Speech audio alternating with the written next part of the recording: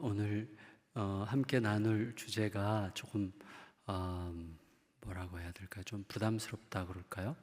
우리를 약간 괴롭히는 주제라고 생각합니다. 용서라는 주제는 쉬운 정면으로 맞닥뜨리기가 참 쉽지 않은 주제입니다. 그러니까 우리가 예수 그리스도를 통해서 예수 그리스도를 만나면 새로운 창조가 형성되잖아요. 그러니까 말씀 태초에 혼돈과 흑암이 있었고 말씀이 임할 때 말씀과 함께 질서가 잡혀서 모든 것이 제자리로 돌아가서 샬롬이 형성되는 거잖아요. 그래서 샬롬이라는 말에 제자리로 돌아간다는 의미도 있지 않습니까? 그러니까 그리스도께서 우리 안에 거하시고 그의 말씀이 내 안에서 작동함으로 내 안에서 모든 것이 제자리로 돌아가 샬롬이 형성되는 게 하나님 안에서 누리는 우리의 엄청난 영광스러운 삶인데, 이것을 이제 방해하는 아주 중요한 몇 가지 독소들이 있는데 그 중에 하나가 이제 대표적인 게 용서라고 할 수 있죠. 그러니까 우리가 통과해야만 하는 주제이지만 쉽게 통과가 잘 안 되는, 또 아주 어떤 때는 되게 애매하고 그게 꼭 용서를 구해야 될 일인가 이렇게 생각되기도 하고, 그런데 상대방은 용서를 기다리고 있을 수도 있는 이제 그런 경우, 또 내가 용서를 한다면 자유해질 거는 분명히 느끼겠는데 도대체 용서하고 싶지 않은, 그 인간을 용서한다는 건 내 속에서 가능하지 않은, 너무 싸가지가 없는 뭐 이제 그런 경우들이 있죠. 그러니까 용서라는 스펙트럼은 너무 넓기 때문에 쉽게 단순하게 이거다 이렇게 말하기는 쉽지 않을 것 같습니다. 그럼에도 불구하고 예수님은 분명히 용서에 대해서 여러 번 말씀하셨고 오늘 말씀에서 특별히 강조해서 말씀하고 계시고, 우리가 늘 하나님 앞에 올려드리는 주님께서 가르쳐 주신 기도에는 용서라는 항목이 아주 중요한 이슈로 나오기 때문에 이 부분은 우리에게 너무나 중요하다고 생각합니다. 그러니까 용서가 없는 채로, 또 용서라는 이슈에 직면하지 않는 채로 어느 정도 덮어두고 살아갈 수는 있지만, 그런 어떤 계기만 되면 꼭 썩나는 것처럼 나를 불편하게 하고 힘들게 하고 나를 좀 이렇게 좀 단정하게 제자리로 돌아간 삶이 아니라 뭔가 축축하고 눅눅하고 찝찝하고 뭔가 좀 어정쩡하게 살아가게 만드는 어떤 요소가 용서가 아닐까 생각합니다. 그럼에도 불구하고 우리는 용서라는 이슈가 해결되지 않는 방식으로 살아가고 있단 말이죠. 왜냐하면 그게 뭐 용서할 일이야 라고 쉽게 말하는 거죠. 그게 꼭 용서를 구할 일인가? 이렇게 생각하기는 쉬워요. 그렇지만 누군가는 용서를 기다리고 있을 수도 있죠. 반대로 내가 용서를 해야 되는데 용서하고 싶지 않은 이런 상황 속에 애매하게 끼어 있단 말이죠. 그러니까 세상은 좀 오묘하게 내로남불의 그 신비한 능력에 감싸여 있기 때문에 잘못한 사람은 많지만 잘못했다고 생각하는 사람은 많지 않은 그런 이제 현상 속에 있어서 우리도 그 사이에 끼어 있기 때문에 용서라는 주제가 그렇게 쉬운 주제는 아니다 이렇게 생각할 수 있을 것 같습니다. 먼저 용서라는 이슈를 생각할 때 용서를 해야 되는 입장에서 또 용서를 구해야 되는 입장에서 나눠서 가장 핵심적인 요소 두 가지를 먼저 생각하는 게 중요할 것 같습니다.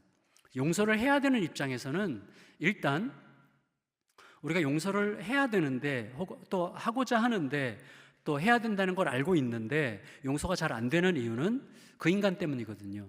용서받을 짓을 해야지, 용서받을만 해야지, 혹은 용서해 준다고 변할까? 그 인간은 용서해도 안 변할 인간이야.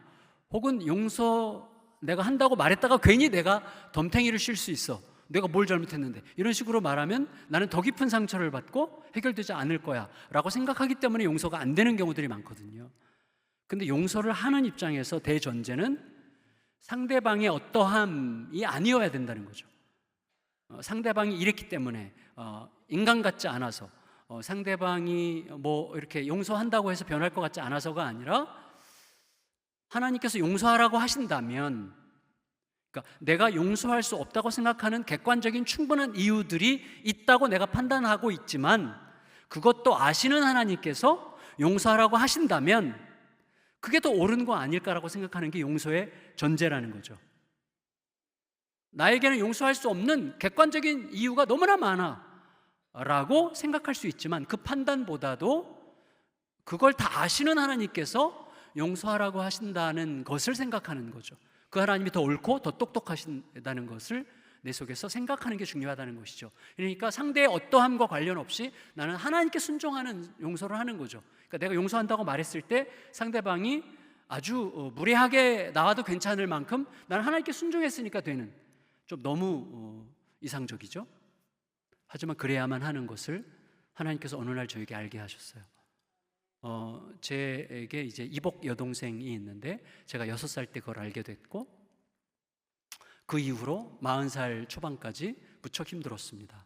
아버지가 용서가 안 됐어요.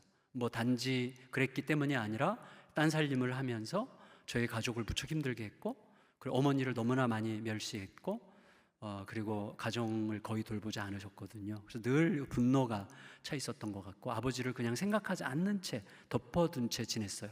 물론 아버지는 아버지대로 괴로웠겠죠. 그렇지만 같이 산 적이 거의 없어요. 근데 제가 40대 초반에 내가 목회를 계속할 수 있을까라는 고민을 하게 된 이유 중에 하나가 이거였어요. 용서라는 주제는 목회하는 모든 현장마다 나오는데 내 속에서는 용서하지 못하는 분노가 늘 있기 때문에 내가 목회를 그만두든지 이 문제를 어떻게 하든지 해야 되겠다는 생각을 가지고 어느 날 기도를 하는데 하나님께서 그 말씀을 하신 거예요. 제 속에. 너가 용서할 수 없어 하는, 용서하기 힘들어하는 이유에 대해서 내가 모른다고 생각하니? 내가 알잖아. 근데도 나는 너에게 용서하라고 하는데 그것은 너를 자유케 해주기 위해서라는 걸 믿어야지, 이거예요. 그러니까 용서할 수 없는 객관적 이유들보다도 용서하라고 한 내가 더 똑똑하고 옳다는 사실을 너가 믿을 때 내가 무엇을 하고자 하는지를 너가 보지 않겠니? 라는 깨달음을 주셔가지고 그날 바로 수소문해, 10몇 년 동안 못 만났던 아버지를 수소문해서 찾아갔어요. 그날 당장 안 하면 또 용서하지 않아도 되는 이유를 20개 이상 생각해낼 수 있기 때문에 바로 그날 순종을 해야만 했고, 찾아가서 옆에 앉아서 아버지한테 용서할 수 없습니다, 용서하고 싶지 않습니다, 그러나 오늘 하나님께서 이렇게 용서하라고 하셔서 용서한다는 말을 하려고 왔습니다, 용서합니다, 이렇게 얄궂게 끝까지 자존심을 세워요, 인간이. 근데 아버지가 너무 다행스럽게도 미안하다, 내가 미쳤었어, 이렇게 얘기하셨어요. 그리고 곧바로 헤어졌는데 거기가 당진이었고 저는 안산에 살고 있었는데 서해대교를 건너서 차를 몰고 오는데 울음이 폭발을 했어요. 대성통곡하면서 용서가 되더라고요. 그래서 제가 그때 깨달았어요. 용서는 하는 게 아니라 용서는 되는 거라고. 하나님의 모든 명령형들은 우리가 할 수 없다는 것을 아시고 하시는 말씀이죠. 하나님의 명령들을 어떻게 우리가 다 지킵니까? 그렇지만 그렇게 명령하신 하나님이 그 명령에 순종할 수 없다고 생각하는 나의 모든 판단보다 더 오르시다는 사실을 믿고 따르려고 할 때 하게 하신다는 약속임을 그때 알게 됐습니다. 하나님의 약속이었어요. 약속. 두 번째로, 용서를 구해야 되는 입장에서는 반드시 당사자를 찾아가는 게 예수님의 뜻인 것 같습니다. 나 혼자 용서받으면 안 돼요. 당사자를 찾아가야죠. 예수님께서 말씀하셨잖아요. 얘들아, 제사드리다가 예배드리다가 누군가에게 잘못한 거 생각나면 바로 예배 중단하고 가서 화해해, 말씀하셨죠. 예수님의 뜻이에요. 용서를 구하는 입장에서는 만나서 대화하는 게 굉장히 중요하다고 생각할 수 있겠습니다. 다시 말씀드리지만 우리들은 용서라는 이슈와 관련해서 우리를 더 괴롭히는 것은 용서를 구하는 것보다는 용서하는 일이라고 생각해요. 왜냐하면 나에게 잘못한 사람이 많다고, 내 잘못 때문에 용서를 구해야 될 사람보다는 나에게 잘못해서 내가 용서해 주는 게 맞지만 용서하고 싶지 않은 사람이 더 많을 가능성이 많기 때문에 그래서 하나님의 은혜 안으로 점점 들어간다고 하는 것은 어떤 의미인가 하면 이전에는 나에게 잘못한 사람이 너무 많아서 내가 용서를 해야 될 사람이 많은 줄 알았는데 하나님의 은혜 안으로 들어가면 내가 용서해 줄 사람보다는 내가 용서를 구할 사람이 좀 더 많은 것 같은 느낌이 들기 시작하는 게 하나님의 은혜의 빛 앞으로 들어가는 특징인 것 같아요. 왜냐하면 하나님의 은혜와 진리는 빛인데 그 빛은 첫 번째로 나부터 비추죠. 내 어두움을 비추죠. 그러니까 내 어두움을 들여다보니 전에는 뭐 그까짓 것 가지고 뭐 그게 용서를 구할 일이야? 라고 생각했던 게 용서를 구해야만 하는 일이라는 것을 깨닫게 돼요. 그 다음에는 빛은 모르던 걸 알게 하죠. 아까 제가 하나님께서 저희 아버지에 대하여 깨닫게 하신 것처럼 용서할 수 없는 객관적 이유보다 용서하라고 하신 하나님의 말씀이 더 옳다는 사실을 붙드는 게 믿음이라는 것을 깨달았을 때 어떻게 되죠? 용서하려고 혹은 용서를 구하려고 갈 수 있는 담대함이 생기는 거예요. 그래서 이 진리의 빛은 우리 속에 나의 내면을 들여다보게 하여 매우 겸비하게 그까짓 게 무슨 용서를 구할 일인가? 라고 생각했던 것도 사실은 용서를 구해야만 하는 일이라는 것을 깨닫게 되는 겸손함이 생기고, 그 다음에는 용서를 구하러 혹은 용서하러 담대하게 그 어둠의 그 두렵고 힘든 자리로 가게 만드는 담대함을 주죠. 그래서 진리 앞에 선 크리스찬들의 매우 독특한 특징이 담대한 겸손함이라는 거예요. 아주 담대한 겸손함이라는 아주 유니크한 속성이 크리스찬들에게 있는 거예요. 그래서 어쨌거나 예를 들어서 제가 지난주 몇 부 예배 때인가 말씀을 드렸는데, 제가 저의 딸을 사랑한 게 아니라 저의 딸에 대한 기대감을 사랑했기 때문에 나의 기대를 채워주지 못하는 딸을 사랑할 수 없었다는 것을 하나님께서 깨닫게 하시고 그것에 대해서 사과하라고 하셨거든요. 딸에게 용서를 구해라. 그 새벽에 기도하다가 그 마음의 깨달음을 얻고 집으로 사과하러 가는데 힘들더라고요. 솔직히 나는 열심히 산 것밖에 없는데, 잘못은 저녀 니은이 다 했는데 왜 내가 용서를 구해야 되는가, 뭐 이런 억울함이 들더라고요. 그래도 하나님이 더 오르시니까 내가 용서를 구할 일이라고 생각하지 않았던 게 용서를 구할 일이 되더라고요. 그래서 가서 무릎을 꿇었어요. 그래서 용서해 달라고 용서를 구했어요. 이 딸이 딴청을 부려가지고 제가 용서를 구하다가 자존심이 상해서 중간에 용서를 취소할 뻔했어요. 용서 구하는 것. 그런데 끝까지 하고 났는데 놀라운 기적이 생겼어요. 딸이 안 변했어요. 이거 기적이야. 아빠가 무릎을 꿇고 빌었는데도 딸이 안 변해. 이런 기적이 자주 있습니다. 두 번째 기적은 제가 변했어요. 제가 딸이 너무 보고 싶어졌어요. 그때 알게 됐어요. 하나님의 진리의 빛 앞으로 조금씩 다가가면 하나님이 그렇게 우리를 이끌어 가시는구나. 이걸 점점 느끼게 되었습니다. 여러분, 주기도문에 보면 내가 용서를 해줘야 될 대상은 사람이에요. 대신에 내가 용서를 구해야 될 대상은 하나님이에요. 우리가 우리에게 죄 지은 자를 사하여 준 것 같이 우리의 죄를 사하여 주옵시고, 내가 용서를 구할 대상은 하나님이시고 용서를 해줘야 될 자는 사람이에요. 이 두 가지가 뗄 수 없게 결합되어 있어요. 근데 왜 내가 용서를 구해야 될 분이 하나님이어야 되냐면, 사실은 하나님 앞에 서야만 내가 용서를 해줄 자보다도 사실은 용서를 구해야 될 자들이 오히려 더 많을 수도 있었던 거구나라는 사실을 그때 비로소 깨닫게 되기 때문에 그런 거죠. 그러니까 저는 주기도문을 통해서 우리는 이렇게 기도해야 된다고 생각합니다. 용서에 대해서 생각하려면, 너가 용서의 이슈 안으로 뛰어들어가려면 제일 먼저 너가 하나님 앞에서 용서를 구할 자라는 사실을 깨달아라는 거예요. 그런데 내가 하나님 앞에 용서를 구할 자라는 사실을 깨닫고 용서를 구하려고 하면 하나님이 알게 하세요. 나는 사실은 너의 죄를 다 용서했어. 근데 그 사실이 너 안에서 작동하고 있지 않잖아. 이렇게 알게 하시는 거예요. 우리의 죄를 사옵소서. 하나님은 우리의 죄를 다 용서하셨지만 그 사실이 내 안에서 작동하고 있지 않다는 사실을 깨닫고 용서에 관한 이슈를, 바로 그 사실, 하나님이 나를 위해 일으키신 위대한 사건이라는 바탕 위에서 리셋하게 하시는 거예요. 용서라는 이슈에 접근하려면 거기서부터 시작해. 이렇게 생각하게 되는 것이죠. 그래서 이렇게 기도하게 되는 것입니다. 주님, 제가 용서해야 될 자를 용서하지 않고 용서를 구할 자에게 용서를 구하지 않은 채 저를 용서해 달라고 하나님께 구하는 게 정상일 수 없다는 사실을 잊지 않게 해주세요.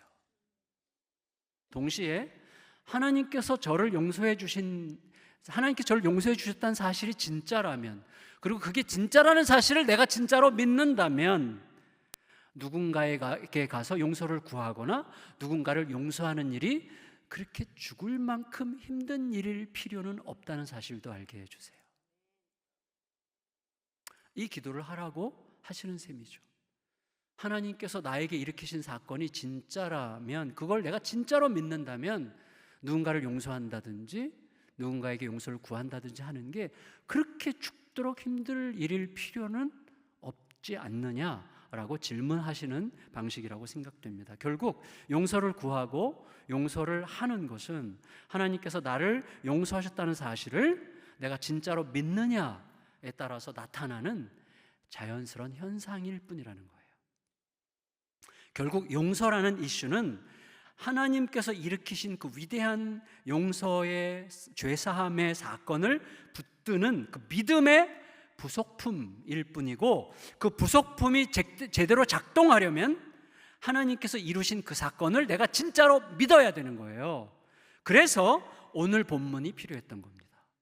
자, 오늘 본문이 뭐죠?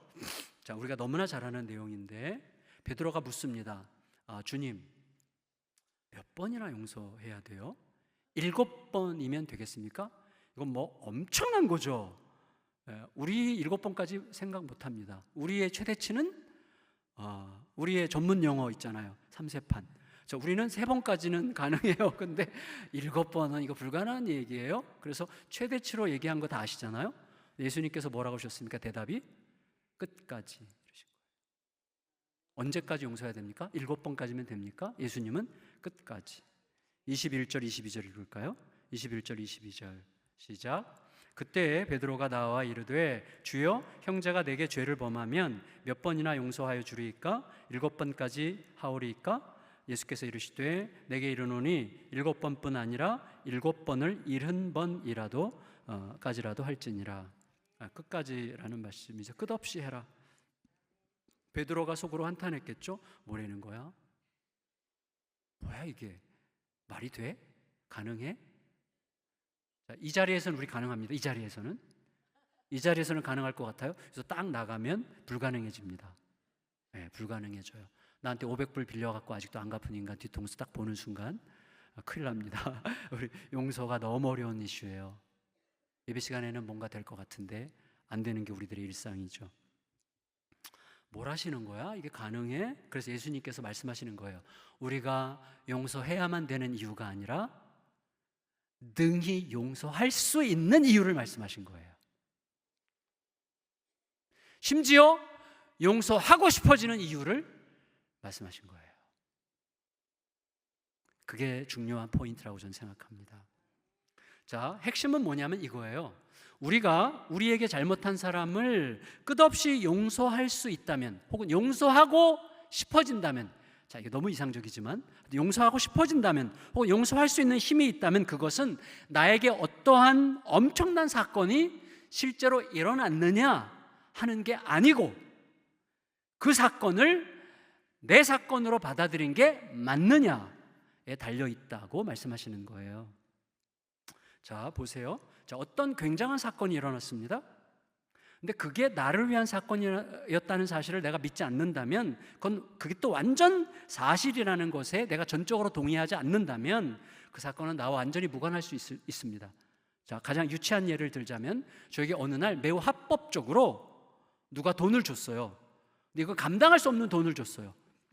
$1 빌리언을 줬어요. 1조 원을. 듣기만 해도 기분 좋아. 네.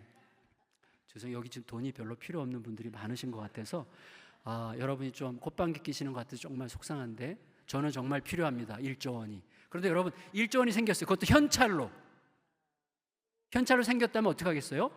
정말 누구도 모르는 또 정말 탄탄한 어떤 공간을 확보해서 거기다 넣어놓고 그 다음에 이제 나만 아는 비밀 장소에 넣어놓고 이제 필요할 때마다 쓰겠죠. 그러고 나서 곧장 치매에 걸렸어요. 여러분, 자, 그 돈은 객관적으로 법적으로 그 사람 거예요. 하지만 실제로는 그 사람의 것이 아니죠. 실제로는. 예, 그는 그 돈에 실체가 있는지도 몰라요. 쓸 줄도 모르고 쓸 수도 없습니다. 이제 그 사람과는 완전히 무관한 거금이 된 거죠. 이런 일이 실제로 있어요. 실제로 있습니다. 사건은 객관적으로 일어났지만 내가 그것을 나를 위한 사건으로 믿지 않는다면 나는 그 사건에 대해서 치매 환자처럼 되는 것입니다. 치매 환자가 되는 거예요. 마치 내게 일어나지 않았던 사건처럼 무효가 되는 거예요. 그러니까 믿어야 내 것이 되는 거죠. 그러면 여러분, 그 사건을 내가 나를 위한 사건이었다고 믿는다는 것을 어떻게 확인할 수 있어요? 어떻게? 용서로. 그 얘기 하시는 거예요. 그 위대한 사건이 너를 위한 사건이었다는 사실을 너가 믿는다는 걸 뭘로 알 수 있냐? 용서함으로 알 수 있다. 이렇게 말씀하시는 거예요. 자, 어떤 사건이었죠? 보세요. 자, 뺑덕이가 있어요. 어떤 종인데 이름을 뺑덕이라고 하겠습니다. 뺑덕이가 있는데 이 뺑덕이에게는 자기 목숨을 팔아도 갚을 수 없는 어마어마한 빚이 있습니다. 1만 달란트. 학자에 따라서 어떤 사람은 2억이라고 그러고 어떤 사람은 9억이라고 하더라고요.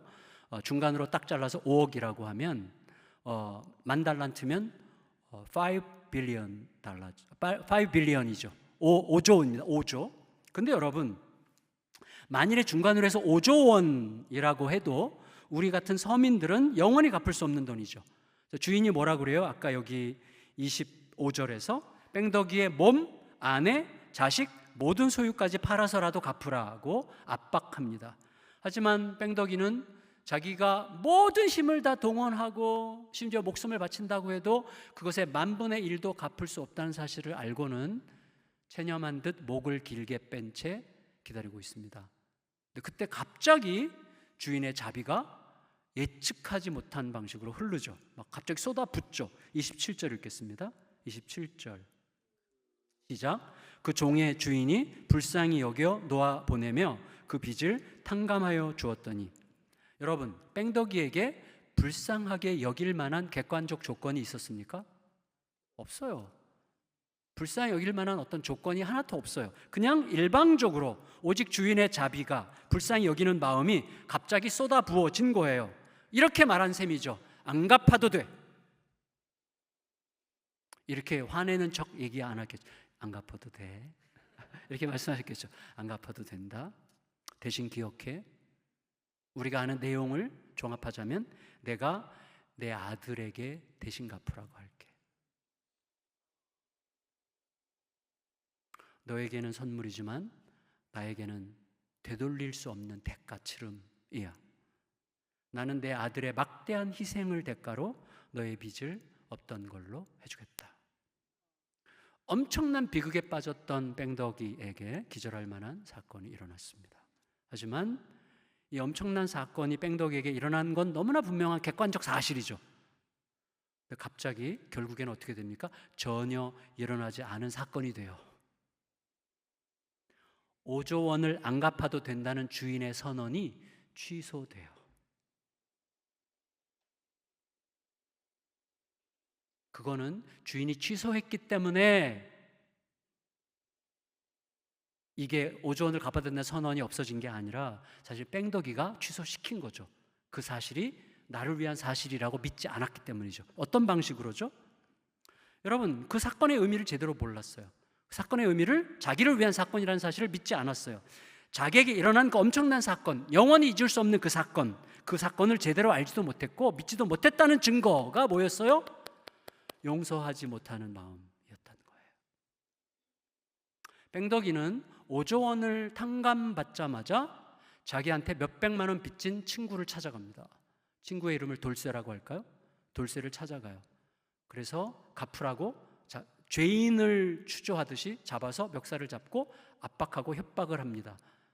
그때 이 돌쇠가 뺑덕이가 주인에게 탕감받을 때 했던 말을 똑같이 해요. 참아주세요. 내가 곧 갚겠습니다. 이 말을 해요. 이거 뺑덕이가 주인에게 탕감받을 때 했던 말을 돌쇠가 뺑덕이에게 똑같이 해요. 근데 뺑덕이는 난 하루도 못 기다려. 하루도 못 기다려. 그리고 그를 잡아서 경찰서에 넘기고 감옥에 쳐 넣습니다.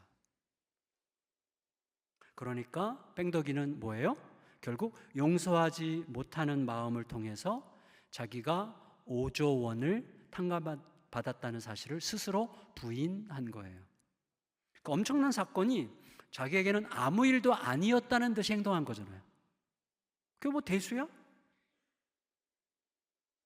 그게 뭐 어쨌다고 이렇게 행동한 거예요. 그게 아무것도 아니었다는 듯이 행동한 거예요. 다시 말하면 나는 나에게 빚을 탕감해준 주인과 다른 인간이야. 나는 그 주인이 가는 그런 미련 곰퉁이 짓 안 할 거야. 나는 주인을 닮고 싶지 않아. 그런 미련한 짓 안 할 거야. 나는 내 방식대로 살 거야. 그 일은 뭐 없던 거나 마찬가지야. 자기 스스로 증명한 거예요. 주인을 닮지 않겠다고, 주인을 미련하다고 선언한 거예요. 그래서 주인을 멸시했죠. 그게 바로 용서라는 이슈에 고스란히 담겨 있는 거라고 이야기할 수 있는 것입니다. 그러니까 용서 여부는 나에게 일어난 엄청난 사건이 나를 위한 사건이었는가를 내가 진짜로 믿고 있느냐 여부를 확인하는 기준이 된다는 것입니다. 나에게 그토록 엄청난 은혜가 주어졌다는 사실을 내가 알고 있다고 하는 것은 나에게 그 은혜 주신 분을 마음 다해 신뢰하고 그분과 한 가족이 되어 그분을 정말 닮고 싶어지는 것까지를 포함하는 게 그 사건이 나를 위해 일어난 사건이라는 것을 안다는 뜻이죠. 그게 믿는다는 거죠. 근데 여러분, 우리가 알아요. 하나님을 믿으십시오라는 말이 필요합니까? 필요할 때도 있을 거예요. 그렇지만 더 정상적으로 말하면 하나님은 사실 알고 보면 믿을 수밖에 없는 분이어서 믿는 거예요. 여러분, 제가 객관적으로 정말 제가 정갑신인데 신자가 믿을 신자입니다. 이거 진지한 얘기를 아니 약간 농담인데 갑자가 갑옷갑자예요.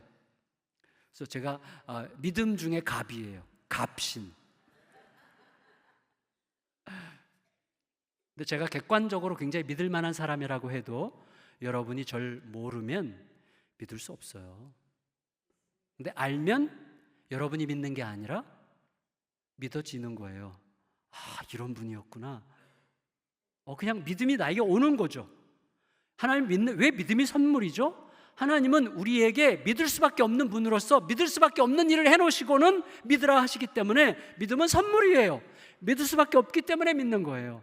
하나님을 사랑하라는 말이 필요합니까? 하나님을 제대로 알면 사랑할 수밖에 없는 분이어서 사랑하게 되는 거예요.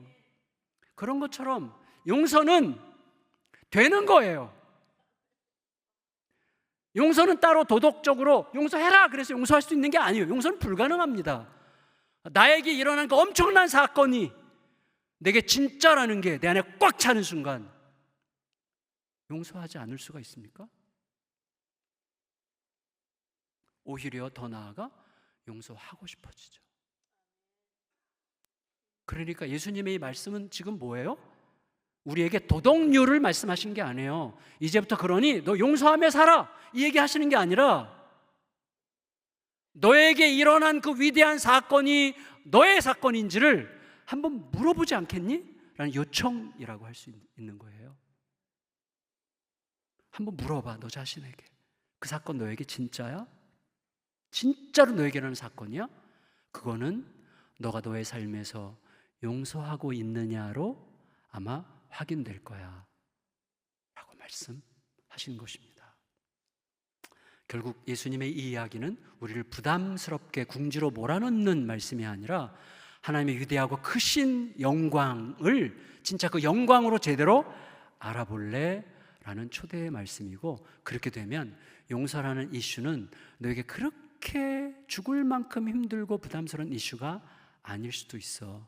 너는 그 길을 넘고 그 터널을 지나서 진짜 자유와 샬롬을 누릴 수 있게 될 거야. 그 길로 가자 라는 초대의 말씀이기도 한 것이죠. 바라기는 저와 여러분 모두가 다 하나님의 그 크신 초대의 말씀에 응하여서 점점 더 하나님의 말씀을 순종함으로 뭔가를 입증하는 게 아니라 하나님의 크심이 나를 압도하여서 그 하나님의 너무나 고귀한, 우리를 자유케 하는, 우리에게 샬롬을 주려는 그 말씀이 우리 안에 점점 더 수월하게 들어오는 거룩한 은혜가 임하시기를 예수님의 이름으로 축원합니다. 존귀하신 주님, 은혜를 감사드립니다. 오늘 참 부담스럽고 힘든, 그리고 애매하기도 할 그런 주제를 다뤘지만 우리에게 말씀하시려는 하나님의 뜻은 명백하게 우리의 가슴에 남아서 우리의 삶에 작동하여 우리를 날마다 더욱더 자유와 샬롬의 길로 이끌어가는 은혜를 베풀어 주시옵소서. 예수님의 이름으로 기도합니다. 아멘.